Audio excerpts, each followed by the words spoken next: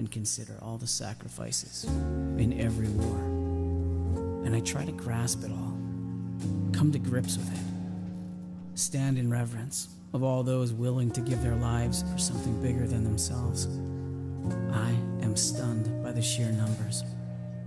All those lives, all those families serving their country. I can't always comprehend it. My heart is not big enough to take it all in. That each one didn't come home.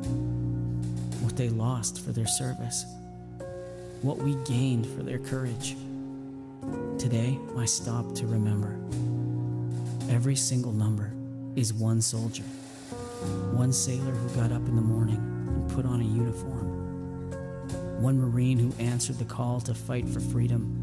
One airman who knew the cost and went anyway. One man or woman who paid the ultimate price for many. And the freedom I live in now. Today, I remember.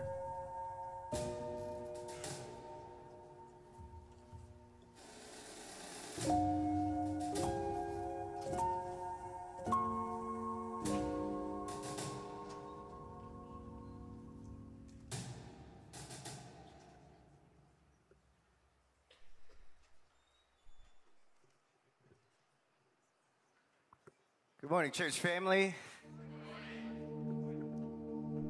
Good to see you all this Memorial Day weekend as we remember those who have done the work so that we could live in a free land and worship freely on a Sunday morning.